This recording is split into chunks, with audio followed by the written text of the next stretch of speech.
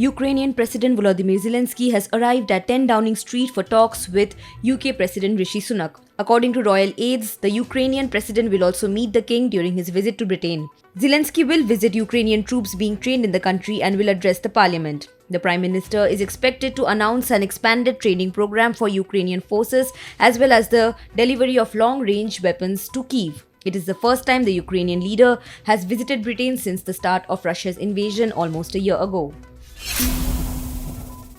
New Zealand authorities have found an immense amount of cocaine floating in international waters. The authorities said that the cocaine was bound for Australia and would have been enough to supply the country for a year. According to reports, the 3-ton narcotics were valued at 500 million New Zealand dollars, which is equivalent to 315 million US dollars. On Wednesday, at a news conference in Wellington, Police Commissioner Andrew Coster said that it was the largest seizure of illicit drugs made by New Zealand law enforcement by quite some margin. Another earthquake of magnitude 4.3 jolted Nurdagi district, a city in Gaziantep province of Turkey on Wednesday. The quake was reported around 8:31 am local time at a depth of 10 kilometers, 15 kilometers south of Nurdagi.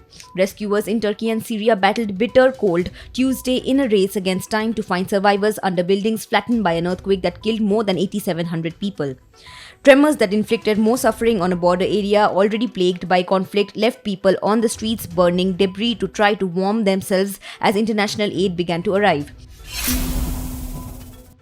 The US Navy released photos on Tuesday of its recovery effort of a suspected Chinese balloon which fighter US jets shot down over the Atlantic Ocean this Saturday. The US Fleet Forces Command posted several photos on its Facebook page showing large debris of the balloon being hauled into a boat. The debris field was reportedly the size of 15 football fields by 15 football fields. The debris recovered is being taken to an FBI laboratory in Quantico, Virginia for analysis as the US looks to understand the capabilities of the balloon.